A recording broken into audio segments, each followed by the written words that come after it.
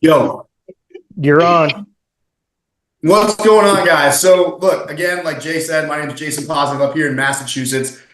Super excited to be with all of you today. You're probably wondering, who is this guy? Why is he talking? Why should I listen to him? Well, there's no reason you should listen to me.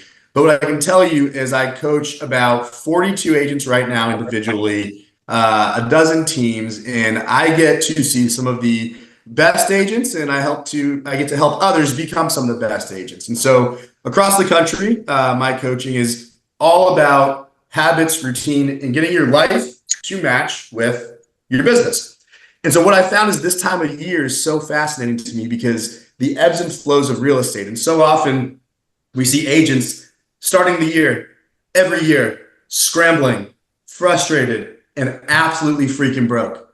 And every year I say to all of them, guys, let's look back in the rearview mirror. Let's look at your activities from November, December, maybe even October. And that's going to tell us why we're in the spot we're in. Yet every single year, agents end up the exact same way. And what it really comes down to is that we spend this time of year a lot of times working really hard in the business, but we get distracted. And so what I've found are 5 things, we'll say 6 things I'm going to share with you all today that I have found that are the best things for agents to focus on in Q4. So the first thing to focus on in Q4 to make sure you have a massive Q1. By the way, I wonder who knows the answer to this. Those who accomplish their goals in Q1, how likely are they to accomplish their annual goal? What do you think? Is it 50% more likely, 30%, 80%? 50%. 50? Fun fact, that agents who accomplish their Q1 goal are 88% more likely to accomplish their annual goal. What's also amazing about that, though, and this blows my mind, the average real estate agent doesn't set a goal until halfway through Q1. And even more frustrating, in an industry that your income is uncapped, you can make as much as you want, you control your schedule. The average realtor still only makes $48,000 a year. The average realtor sets 14 goals per year and accomplishes 1 for a 7% completion rate. And all of this comes down to one simple thing, and it's your schedule. And so the first thing I do with every client I coach in Q4 is we talk about scheduling. And I give them a schedule because here's what I believe. I do believe in working to live, not living to work. I do believe staunchly that a real estate agent should be able to, with disciplined effort, work in the business and on the business for about 4 hours a day, 3 to 5 hours a week, and make over $100,000. And I've proven it with the clients I coach. And so here is the schedule that I would encourage you all to take a look at. Now, what I've learned is we get distracted as the day goes on. Who knows who Steve Jobs is? Steve Jobs, right? Really, really successful guy, founder of Apple, rest in peace. Steve Jobs had this thing he was known for, which was always wearing a black turtleneck. Who knows why he did that? Kristen, you're muted. She's muted. He didn't want to spend a lot of time thinking about what to wear. Right? Decision fatigue. Steve Jobs knew that the more we have to think about what we're going to do, the more exhausted we make. By a show of hands, there's only a couple of your videos on. Aaron, Chris, Kristen, Blake, Jason. Have you ever felt overworked? Yeah, we've all felt it in real estate, but believe it or not, overworking doesn't come from working a lot. Overworking comes from working dumb. It comes from not working smart, because overworking is really that you're just getting tired, that you're making too many decisions. It happens because we're not organized, because we're not routine, because we wake up every day thinking, what do I have to do? What are my appointments? Where are they? Who am I calling? What am I saying? What's going on in my life? And because we don't have any prediction of what's going to happen because we're not routine, we get burnt out. We get overworked. Burnout isn't working too hard. Burnout is disorganization. And so the first thing I tell every agent that I work with to do is you've got to schedule your day from 8 a.m. to 1 p.m. 8 a.m. to 1 p.m., the first 4 or 5 hours of the day are what we need to schedule and be extremely disciplined with, because those are going to be your most productive times. And so there are 4 things that every agent has to accomplish every single day that they work in order to be successful. And they're very simple. The first one is prospecting. Looking for new business. Guys, we are in sales. We've got to prospect for 1 hour a day, every day, 3 to 5 days a week. Prospecting is talking to people who you haven't met with yet, people you haven't earned the business of yet. Now, according to Harvard Business Review, the best time of day to do this is 8 a.m. to 9 a.m. or 4:30 to 5:30. I prefer 8 to 9, and here's why. You're going to be at peak energy. No one's ruined your day yet, but also no one's ruined the day of the people you're calling. They didn't go to work and get yelled at and get bitched at yet. You're going to catch them on the way, and if your energy is positive, you have made a massive impact to their day. So the first hour of the day, 8 a.m. to 9 a.m., prospecting. Then you get a 15-minute break. We have to put 15-minute breaks, buffers, in between activities. See, another problem that we make with scheduling is we schedule too much. And the more we schedule, the less we do. I believe that staunchly. And so then we get a 15-minute break to respond to emails, texts, go to the bathroom, get a snack. And then from 9:15 to 10:15, it's market research and or appointment prep. So if you have appointments later that day, you're going to prep for them at this point. And when I say prep for them, I'm going to get more into that later, but it's imperative that we're not prepping for the appointment 20 minutes before.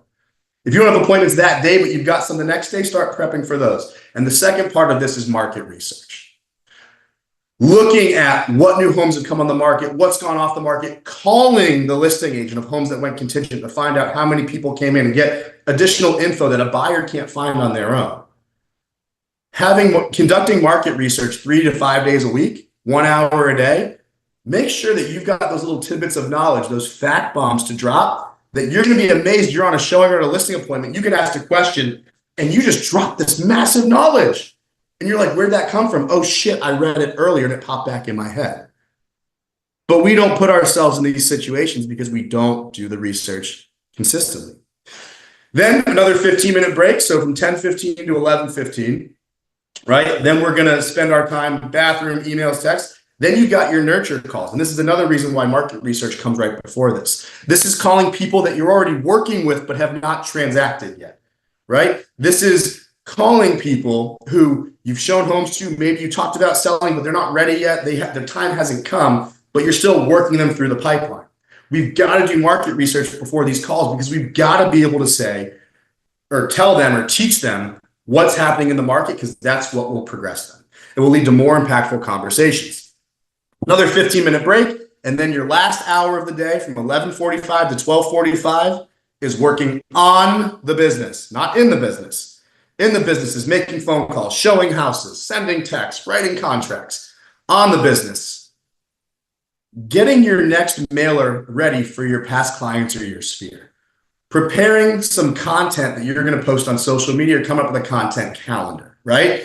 It could be reviewing your pipeline and your sales. It could be a number of things, but on the business are activities that will get you business later. See, the goal, folks, is that you're not chasing leads, showing houses when you're 90. But you only create that future by taking the actions now to make sure that people know who you are, remember who you are, and want to come back to you. With this schedule, you're done by 12:45. If you have appointments later, you go on them. If you don't, and your metrics are behind, you add more calls in. If your metrics are ahead or on track and you have no appointments, then you just got the time. But I have an agent I coach. She'll finish this year at 38, maybe 39 homes. We got one that's kind of up in the air. And she just started doing this schedule with me 3 weeks ago. After 1 week, she said to me, I can't do it. I'm not a schedule person. I said, shut the hell up. I'm just kidding. I didn't say that. I said, yes, you can. It feels uncomfortable. It's different. 1 more week. Give me 1 more week. Ed Milet. I stole it from him if you guys know who he is. Great guy. She did 1 more week. Felt a little bit better, still weird. She did it again this past week. On our call today, literally, I didn't plan this, right before this with you guys. She said to me, you wouldn't believe it. I booked 2 appointments yesterday, and then I cooked my family dinner and had dinner with the family. I sat on the couch with my kids and was totally present, not thinking about work, phone calls, putting out fires, because I've been so structured in the mornings that I'm getting done everything that has to get done, and it's leading to less problems later on. By creating control in your mornings, folks, you will control the rest of your day. I guarantee it. So I've given you the schedule, and that's all good, great, grand, and wonderful. But success in Q4 isn't just about a schedule. Who's ever read the book, The 4 Disciplines of Execution? Nobody? So I read this book every Q4. It's one of the greatest books ever written. I highly encourage you to get it, and I'll even make a deal with you guys. If you go buy it and you finish it by Thanksgiving, send me the receipt and I'll fucking reimburse you. Audiobook, hardcover, softcover, whatever you want. I'll read it. No, I won't read it to you. It's a phenomenal book. And what the book breaks down and why I read it Q4 every year is having a successful business is really simple. See, it's funny, by coaching so many agents and teams, what I noticed is none of them are really special. The best ones are just really consistent. And they do the right things with the right energy more of the time than those who don't. And so the 4 disciplines of execution, the first discipline is that you've got to have a WIG. You've got to have a wildly important goal. And now, I said to you guys earlier in this call, the average realtor makes 14 or sets 14 goals per year and accomplishes 1. Why do we think that might be? Now, I can tell you from experience, it's one of 2 reasons. Either we don't set goals that are important to us or we don't break them down. And so a wildly important goal has to be a goal that is focused, a goal that is personal, and a goal that is shared. Focused, personal, and shared. And with the WIG, it has to be something, and the reason when I say focused, detailed. Right? One of my favorite stories I'm stealing from a friend is a man met a genie, and the genie popped out of the lamp when he rubbed it and said, all right, I'm gonna give you 3 wishes. What's your first wish? The man asked for $1 million, and then around him were 1 million deer running. He said, what the hell? I wanted $1 million, not $1 million. But he wasn't specific, right? So it's gotta be focused. It's gotta be personal. When I say personal, it's gotta make the hairs on your arm stand up. It's gotta be something that really could, will, should change your life. It's gotta be something that you set. See, when others set goals for us, we usually quit. And so often agents set goals like to make $100,000. Well, what's important about $100,000? What are you going to do with it?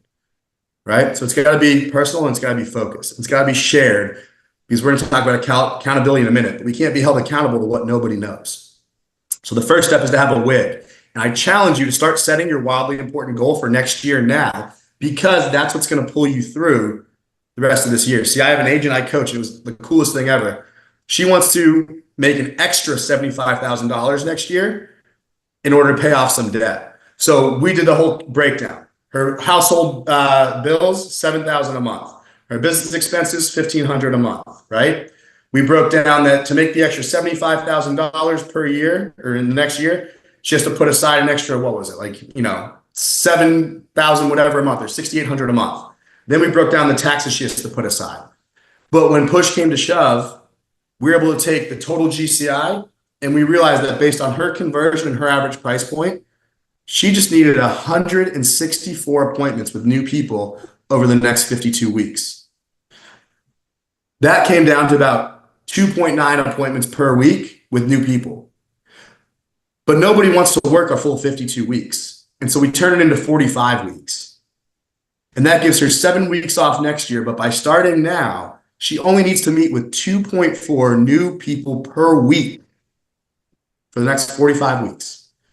And she will accomplish her goal of earning all the money for her household expenses, her business expenses, and her taxes, and an extra 75 grand to pay off that debt. See, we got focused. It was extremely personal. She was embarrassed to even tell me about her credit card debt. But it was shared, and now that I know it, I can hold her accountable. So the first step is the WIG. The second step, the second discipline, I should say, is that we've got to put the emphasis on leading, not lagging indicators. Who knows what a leading and lagging indicator is? So lagging indicators, they are results. They are things that have happened. Leading indicators are the actions we can control that lead to the result. For example, if I'm trying to lose weight, the lagging indicator is the number on the scale. The leading indicator would be minutes in the gym, calories taken in, right? It's the things I can control on a daily basis that will lead to the outcome. For this agent, it was 2.6 appointments per week. That's her leading indicator. And if she just hits that, and we track her metrics and we look back monthly, she will earn the amount of money. It's actually a really cool story. There was a shoe store owner. He owned 4,500 shoe stores across the country. And he found that all of his stores were break even. Some made a little bit of profit, some lost a little bit, but there was one store and it was making way more money than the rest. And so he went to that store and asked them, how are you making so much more money?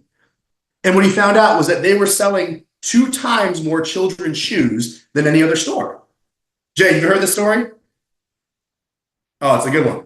So what he asked was, why are you selling more children's shoes? How are you doing it? And he found out they had a process of measuring children's feet.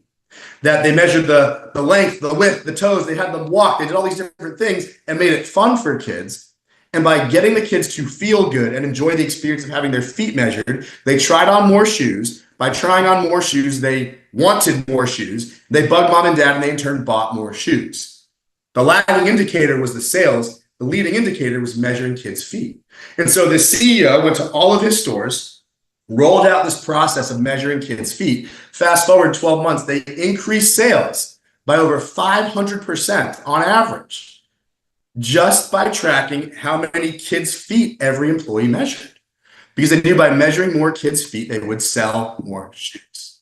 And then he came up with this crazy idea and said, wait, if it works with kids, why not with teens, adults, elderly?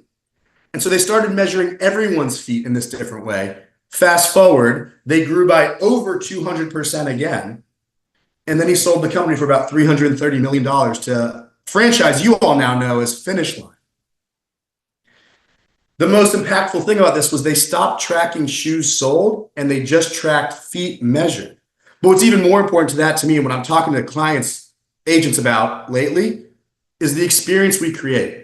See, they weren't selling more shoes because the shoes were better or needed or discounted, but they sold more shoes because they create a better experience. When people feel better, they buy more. And so I encourage you guys, as a little tangent, to think in your showings, in your consults, in your listing appointments, how are you creating a better experience? Because the market has changed. Clients need value. They need to feel better, and they'll feel better when the experience is better. When someone talks about Aaron meeting with you at a showing, they talk about the house. They talk about, oh my God, you wouldn't believe it. She sent me this video text before we met. It was the weirdest thing, but coolest thing ever. And then at the appointment, she brought all these other options and knew all about the market. And when we left, she gave us a box of cookies. Like, I don't know what it is, right? But what can you do to change the experience of when you meet? So I guarantee all of you that you will sell more homes as you create a better experience. Really good book on reasonable hospitality. I encourage you to read it. So that's the second one, is figure out what your leading indicators are and track leading indicators, especially this time of year. We've got to know the leading measures, because selling 38 houses is scary, but meeting with 2 people a week is very simple.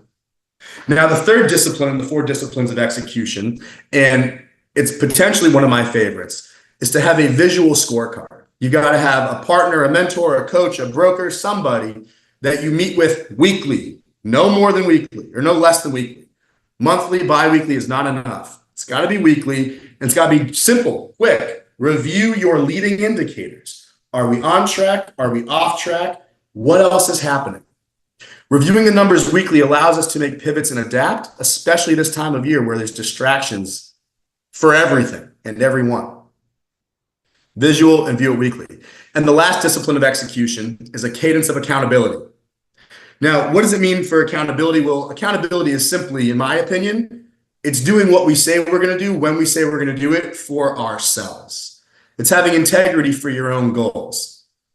And what is so fascinating to me is that as human beings, we're not naturally accountable to ourselves. We are only accountable to other people. For example, I've got a 7-month-old at home, and my wife left us for the last week. And while I love my son more than anything in this world, all I kept thinking was, do a good job to make Aaron, my wife's name is Erin, so not you, Aaron, do a good job to make Erin proud. I want her to see how great I am. I want her to be like, damn, dad's got it. I wasn't taking extra care of my son just because it was the right thing to do. Yes, I love him more than anything, but I wanted to show her, I was accountable to her, that I could freaking do it. As human beings, we are only accountable to others. And this is why you'll never get better alone, ever. Whether it's making calls alone, prepping alone, studying alone, role-playing with yourself, which is the dumbest thing I've ever heard in my life. You're never going to get better alone. You will stay the same and potentially get worse. I look at it as like going to the gym without a spotter. Right? If I want to get a lot stronger and bigger, I've got to move some heavy weight, and I can't max out or push myself if I'm alone. Find someone you trust to hold you accountable. And the 3 killers of accountability: shame, blame, and justification. I'm sure you guys have heard this, right? When you set a goal, when you commit to doing something, if you catch yourself putting shame on yourself. Well, I'm not going to send a video text because I suck on video, right? That shame is going to stop you from being accountable to doing the thing.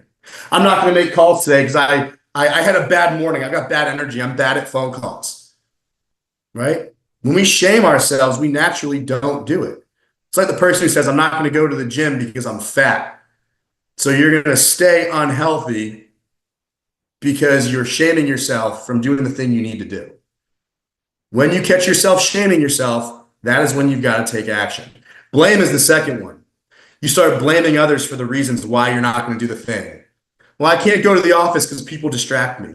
Well, I can't make phone calls because my kids are loud. I can't prep for that appointment now because I've got so much stuff to do otherwise. I don't know. But when we start blaming other people, in any situation, we will naturally not be accountable to what we said we're going to do. And the last one is justification. And what I find is that this is the most common one with real estate agents, that we are the first ones to justify our actions. Well, I've got 3 deals pending, so I don't really need to follow up because I'm so busy managing these. I don't want to take more clients, so I'm not going to make phone calls today. We justify not doing what we have to do based on whatever. Oh, I worked really hard yesterday. I'll take today off. So when you find yourself, now that you've learned them, shame, blame, and justification, when you find yourself falling into that trap, it's imperative you're conscious of it and you take action. The old Mel Robbins 5, 4, 3, 2, 1, right?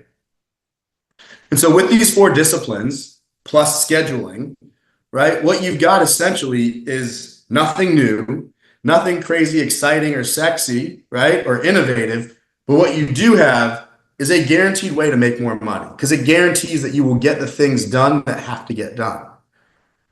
Now, I told you guys, I promised that there were 6. Well, that's 5, scheduling, the 4 disciplines. And the 6th thing is sharpening your axe. You guys know who Jim Rohn is? Aaron, you're the one with the camera on. You and Jason. You know Jim Rohn? No? I'm just going to keep picking on you. It's like a one-on-one coaching session now, Aaron. So Jim Rohn is like the greatest sales coach, motivational speaker of all time, right?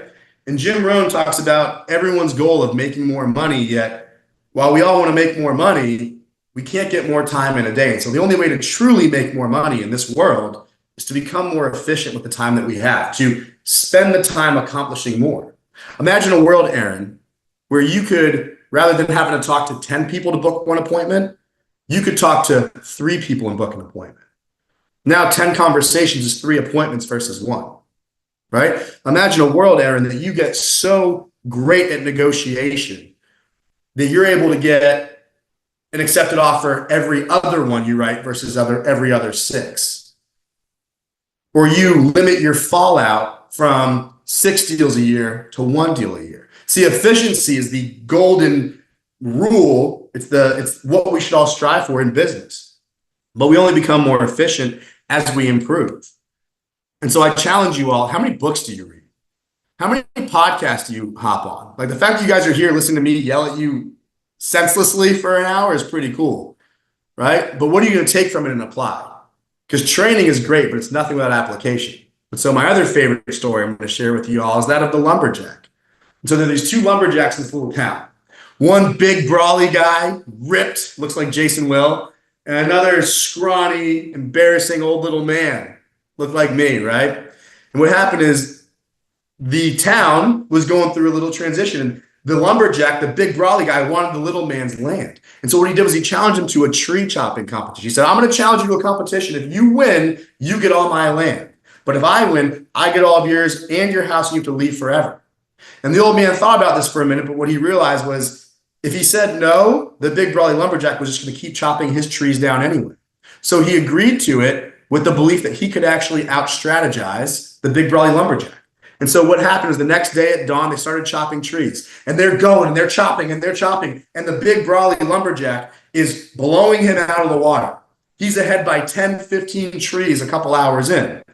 And the little lumberjack falls so far behind, but he's still moving at a decent pace. And then he leaves. He just disappears from the competition.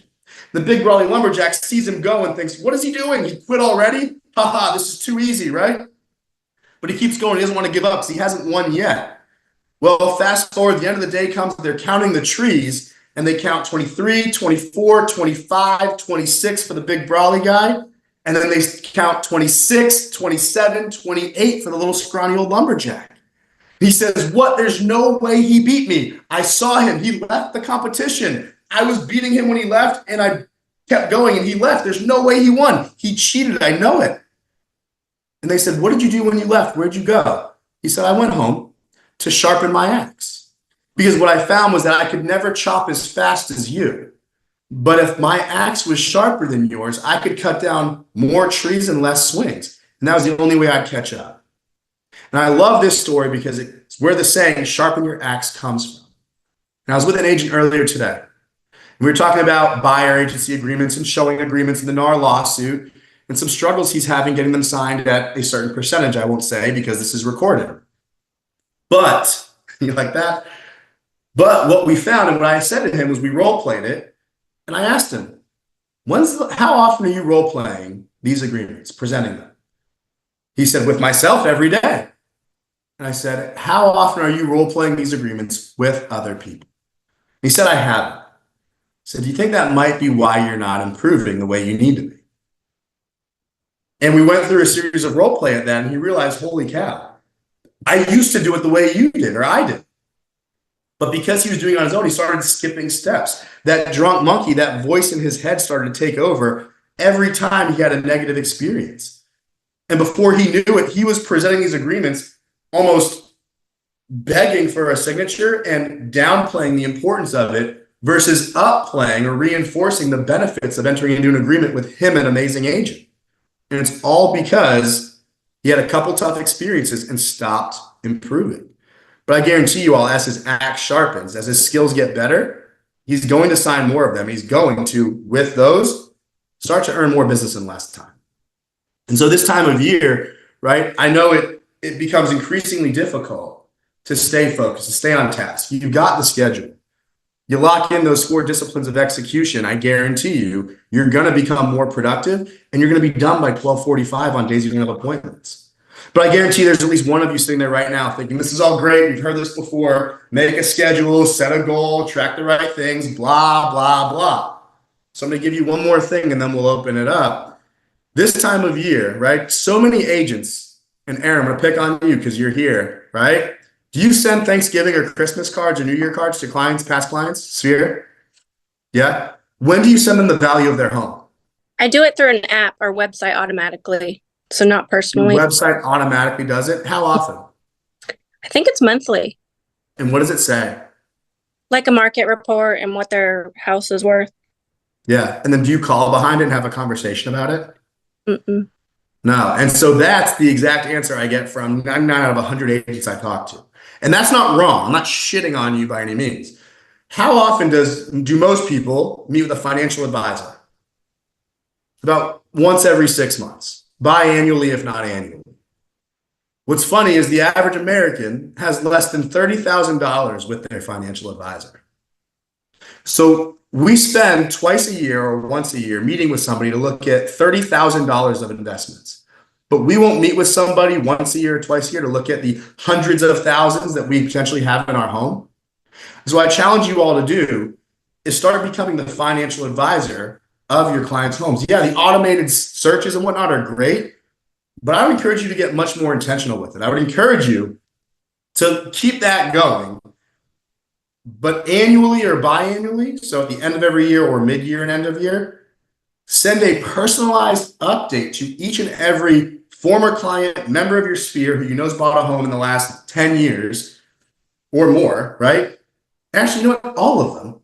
That shows, here's your home, here's the current value, here's what it was last year, here's what it was when you bought it. Here are the improvements you can make to increase the value the most. If you want a more accurate representation, give me a call.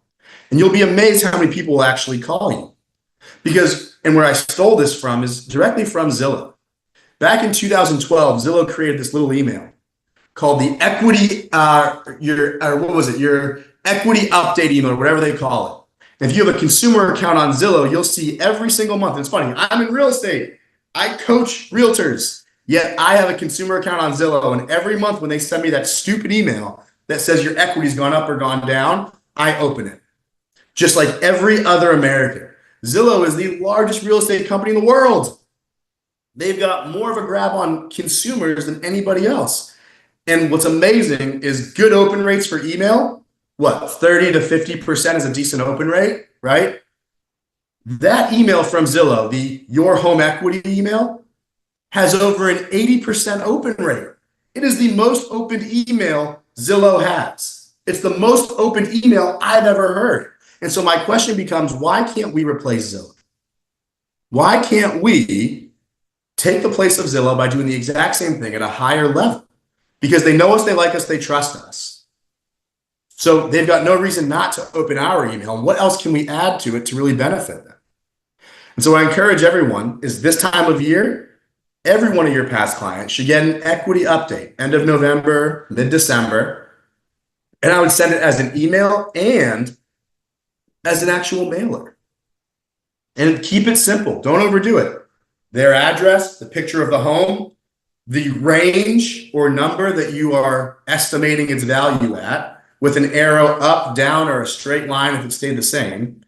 And then a little call to action. For an accurate estimate, reach out. Happy to help, right? Nothing super direct about selling, but for an accurate estimate, for an accurate valuation, to learn how to increase your equity through renovations, right? There's a bunch of different ones you can use. Use ChatGPT. And after you send it, call them. And when you call them, it's not a, hey, do you want to sell? It's, hey, I sent you a letter about the value of your home. What did you think of that? Curious, what updates had you done? Because maybe my number was off if I hadn't taken those into account. And what's going to happen is one of two things.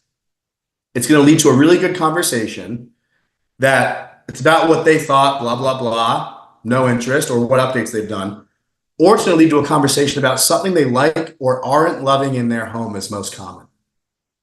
And my favorite question when I ask them what renovations they've done and then what renovations they plan to do in the next 12 months are, what are you not loving most about your home? What's been the biggest issue that's making you want to do these renovations?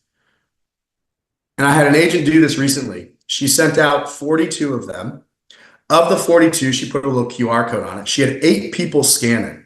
Of the 8 who scanned it, she called all of them. She called all 42. But of the 8 who scanned it, right, because they scanned, she called them first. She booked 3 appointments to come over and give a more accurate valuation. Of those 3 appointments, 2 of them were not considering selling, but considering doing renovations. And one of them is now listed on the market. And it all happened because they were in what's called the idea phase of decision making. Something was going on in their life that they wasn't ideal, could be better. And by us sending that, we brought them to the research phase. And then by calling them and getting them to invite us over, we brought them to the decision phase. And by meeting with them and showing the opportunity not to spend money investing in this home because there's more things wrong with it than just the kitchen, not wrong with it, but that aren't ideal, and what they could get with their current equity in buying another home, we helped lead them to the action phase.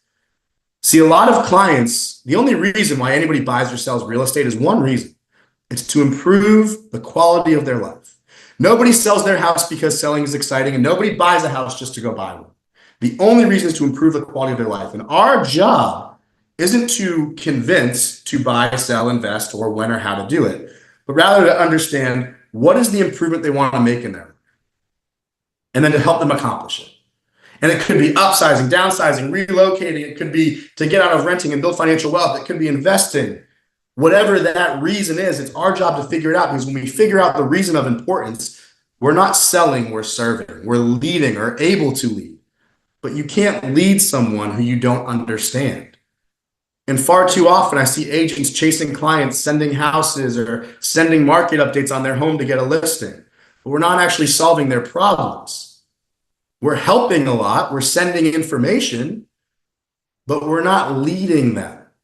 We're not showing them options. And that's where using this equity update is massively beneficial. And then it's getting them on the phone and asking those difficult conversations. Because as I said, the only reason people buy is to improve the quality of their life. The change they always want to make, it's going to come from their situation. And so I wasn't planning to share this with you guys, but one thing I would also dig into this time of year, when you're talking to buyers and sellers alike, the greatest way to qualify somebody, yes, I love LP Mama. I love LP Mama. I use LP Mama. We're not going to talk about LP Mama. I encourage you every time you talk to a client, a new one or one that you've been working with, if you haven't already, uncover their situation first. Where do you live now? How long have you been there? And what is not ideal that's making you look to make a change? And then from situation, we go right to motivation. Okay, so you want to, and it's really cool. We had a guy recently. He was living in Boston, looking at homes in Worcester, which is about an hour and a half. And the reason for the change was that he is now working in Worcester and driving to Boston. He's getting home late. He's missing getting home and putting his son to bed every night. And so he wanted to move closer to work so that he could get home earlier to have more time with his son. And we asked him, in a perfect world, when would you want to have this accomplished? He said, tomorrow. The only thing stopping me is that I haven't found a place and I haven't been looking. And so we're able to then, with his situation change and motivation, identify a goal and set a timeline. But here's the best part. This young man started ghosting our agent, quote unquote, ghosting. But the agent had a group text with him and his wife. And the title of the group text was Ben's Time with Lev, right? Ben's time with his son. Every time that agent texted him, it didn't say text from realtor. It didn't say text from blah, blah, blah. Ben's time with son's name. His son's name wasn't Lev. That's my son's name, but I honestly forgot his son's name. I should ask the agent again. Moral of the story, think about the level of that experience like we talked about earlier. Right? How many clients get texts from agents and never respond to them because it's not important to them? But by making the title of the group text, saving time with your son. We had another one. His name was Patrick. His wife had passed away. He wanted to move to Myrtle Beach because they always talked about it. And the agent I coach had a group text with him, her, and the stager. It was getting Patrick to the beach. He literally said to her, every time you text me, I get happy. These are the small things that we can start to change in the experience. But again, it's focused on the client's goal. The situation change is key, guys. It's not buying or selling. It's not the money they're going to make 99% of the time. It's the situation change, the improvement they're making to their life. But we as agents spend time talking about beds and baths and yard, not time with your kids, getting to the beach where you and your wife talked about going. We don't talk about goals, so neither do they. But imagine how much of an impact you could make if you simply change the things that you talk about. So I've given you my ideal schedule, what it all means, what to do, how to do it, give you the 4 disciplines of execution. You can go read the book, but now I've pretty much told you all about it. Giving you a very easy way to start touching your past clients, but more importantly, how to turn it from passive to active, and hopefully giving you some cool tips about nurturing, qualifying, and talking more about goals. So 4:40, 20 minutes. You want to open it up for questions? If there's any. If not, then I hope it was helpful. It was awesome, dude. I know you got to go. Feel free to bounce, and I will circle back with you later in case there's a question I can't answer. 3 pages of notes. Did you really? Yeah. Damn, dude. I I was just appreciate I got it. a question real quick. What was that, Chris? What was 10:30 through 11:30 on your? Yeah. So prospecting 8 to 9, 9:15 to 10:15, market research, appointment prep. 10:30 to 11:30 is nurture calls. 11:45 to 12:45 is on the business. All right. Get out of here, buddy. I appreciate you so I much. love you guys. Thank you. All right, y'all. We've got 20 minutes. I don't know if anybody's got any questions for me, but I did, while you're thinking about all the questions you have, I don't know if anybody had a chance to watch the Jared James Business Planning Clinic. He does that every year. And I had some appointments yesterday, so I could only catch the first half. I'm going to go back and watch the replay, and I'm sure we'll be discussing it on these calls in the future. But it's just funny how the similarities, just kind of permeate the industry, no matter what coach you're talking to, no matter what trainer. But these are the first 2 questions that Jared asked yesterday that I wrote down.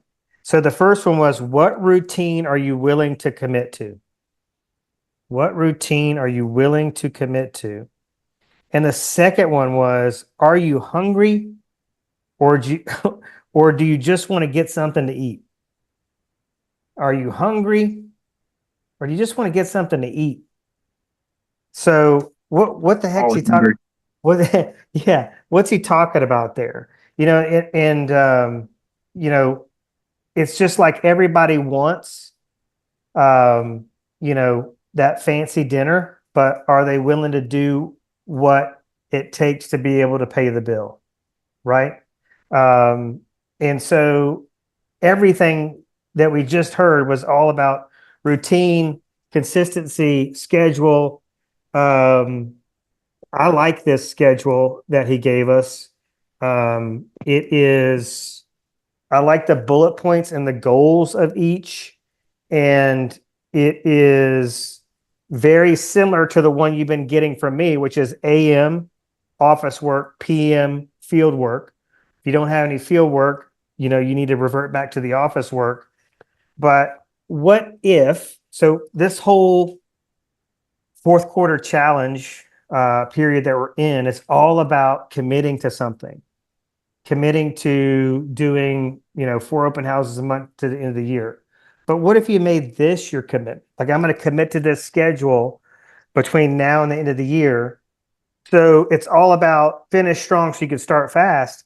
But he was saying, but like the girl but he was testing this with that had booked, 2 appointments. Like, if you could book 4 appointments between now and the end of the year, let's say, that's gonna be the catalyst for you starting fast, right? And it's gonna give you something to build on. One of the most important things being confidence. Chris, you got something? Oh, you're just on mute. Let me mute you back. Anybody got anything? Put it in the chat. Anybody got any comments on that? What are you committing to? Why are you uncommitted? This is another key thing that he talked about that's really, really important that I think a lot of people don't understand is that the more routine you get, the more time you get back. The more routine you get, the more time you get back. Kristen was on the call earlier. Looks like she had to jump off, but she's in a special circumstance at home. She's caring for an aging, unhealthy parent who lives with them and requires a lot of care. She's got a handful of kids, and the kids are really active in a lot of things. So she really only has, like, realistically, a 4-hour window most days to get things done, right? And then her and her husband kind of switch off duties. You're picking this one up, you're taking this one there. If he's showing houses, she's picking them up, and they just kind of swap around. But this is kind of the laser focused schedule that I've been trying to get her to adopt, so that if all else goes to like hell in a handbasket, after lunch, she got the most important things that are required in the day done, right? I don't know if anybody has, what I was wondering if somebody was going to ask during that call was about call reluctance, about making these phone calls. And I can tell you that I've spent, the better part of the summer testing, because Diana's mortgage company right now, they've hired a coach.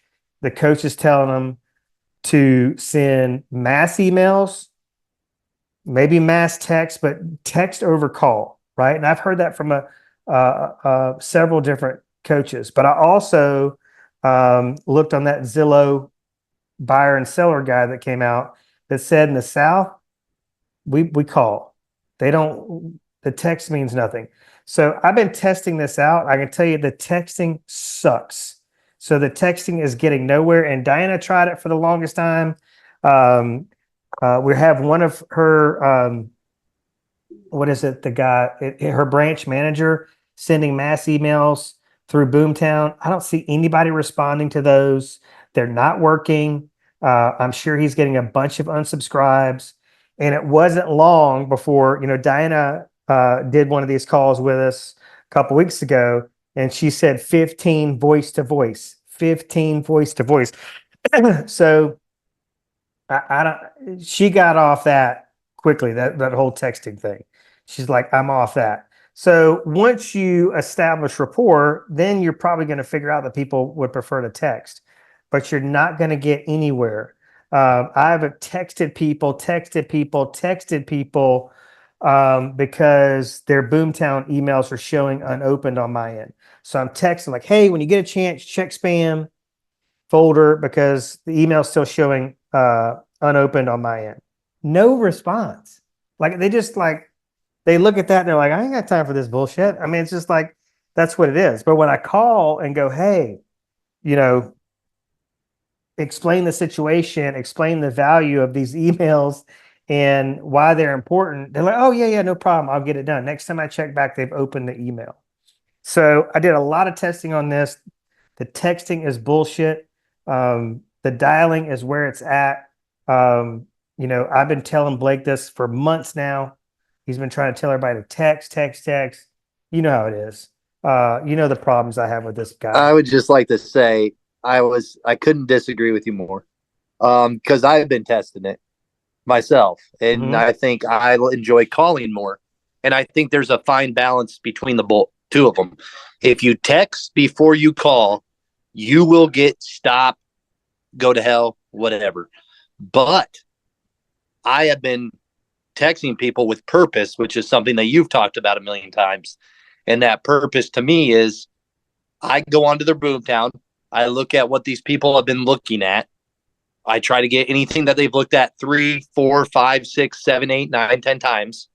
I pick the highest. I go to Zillow. I send it to them.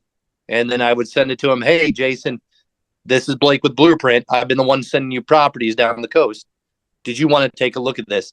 I have had a lot of response off those.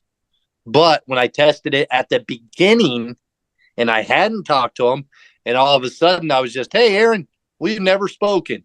Here's a house. Do you want to look at it? I got a overwhelming amount of stop. So every single person that responded, I went back and looked. And I had them in watch, which means I've talked to them first. They may have been a year out, something like that. I think the text is pivotal, but not until you've done one of the crappy parts first. And I think the crappy part first is talking to them. It really is 100% true. But the other thing that we know to be true from being like Boomtown administrators is that, well, we know people don't log. They don't log their calls, or they don't log their texts, they don't log their emails. So I'm going to give you a couple tips that I've been using that I think are really, really helpful. But before we get to that, one thing I see is that the call reluctance, like they've got it, but they're not texting or emailing. So if you're not going to pick up the phone, you're doing yourself a huge disservice by not at least texting or emailing or both, right? Yeah, and that bulk stuff's garbage. Just so we're all here, we're with the same company. I'll let everybody know. I'm looking at all y'all's shit, and the bulk is garbage. Okay, if I see another happy fall y'all, some Hallmark crap that Jason put into Boomtown, and y'all pushing it, just know you're actively not trying to make money, because they ain't gonna respond to it. It feels automated. What I mean by personal is I don't even care if I have Blake with a lowercase b on it. Like, I'm sending it out as quickly and efficiently as I can to let them know that I'm real and not a bot. I think people respond to that more. Yeah.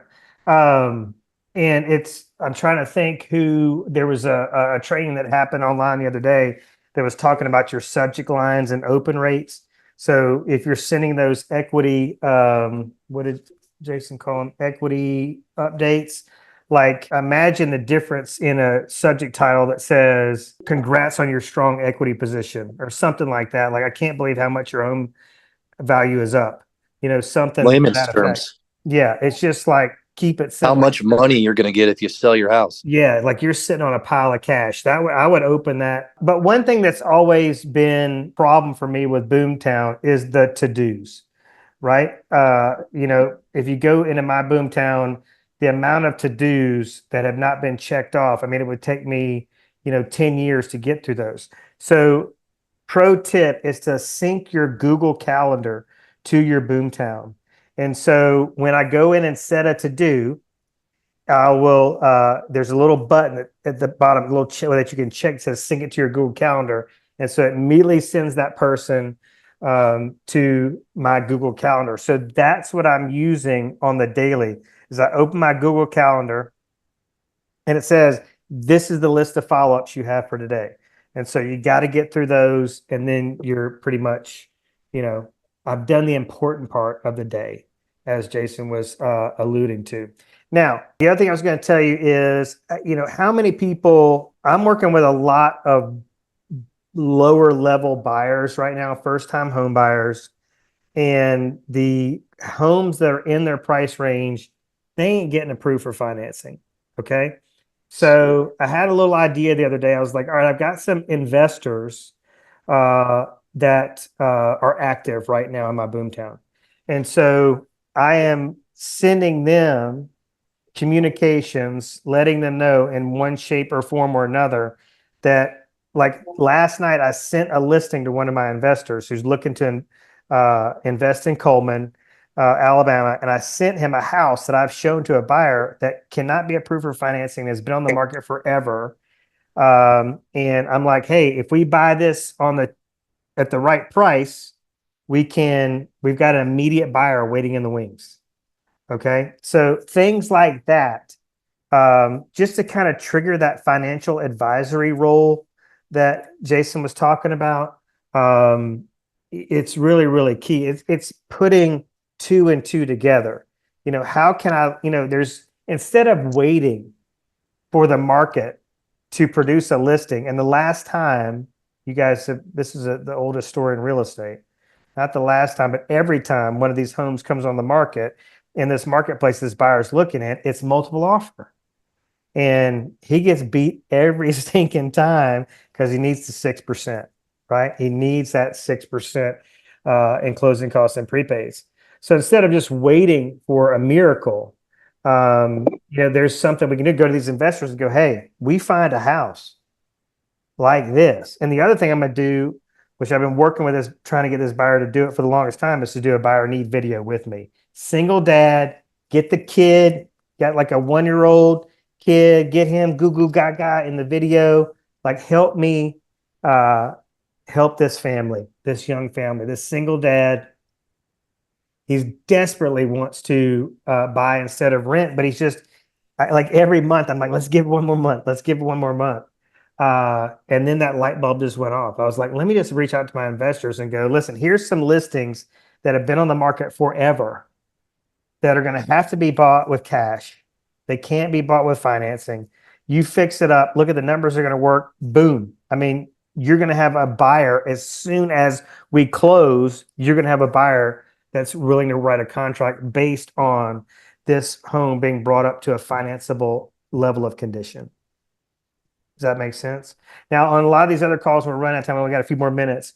We talk about sending a CMA a day. If some of you, we just got to keep it simple, like implementing this schedule. And it's all about being like super honest with yourself. Like, can you really do it? Like a commitment means you're going to do it. Like you can control, just like Jay was saying, you can control like getting up and going to the gym. You're in control of that, or just getting up and, going for a run. All right. So we can control what we do day in, day out on a daily basis, all about run the offensive plays that work. But a big part of this is like, sometimes, he's talking about that shame, and it's a lack of confidence, and you just don't know if it's going to work, and everything you've tried hasn't worked to date, and you're just really discouraged. A lot of times taking on something as big as, implementing a daily schedule is just overwhelming, right? So what if your commitment between now and the end of the year was sending a CMA a day, at least 5 a week, and then you're like, hey, this is all I'm doing. This is what I'm doing for now, the rest of the year, and nothing's getting in the way of it. It's going out every single day. What would happen? Well, let's have a commitment. This is part of what the magic could be, is that you commit to something.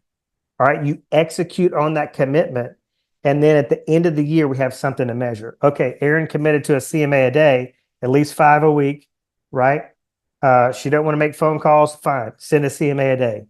And then let's see what happened. What kind of, and then keep the subject line, right? Attractive. Talk about how their equity has grown, and let's see what happened.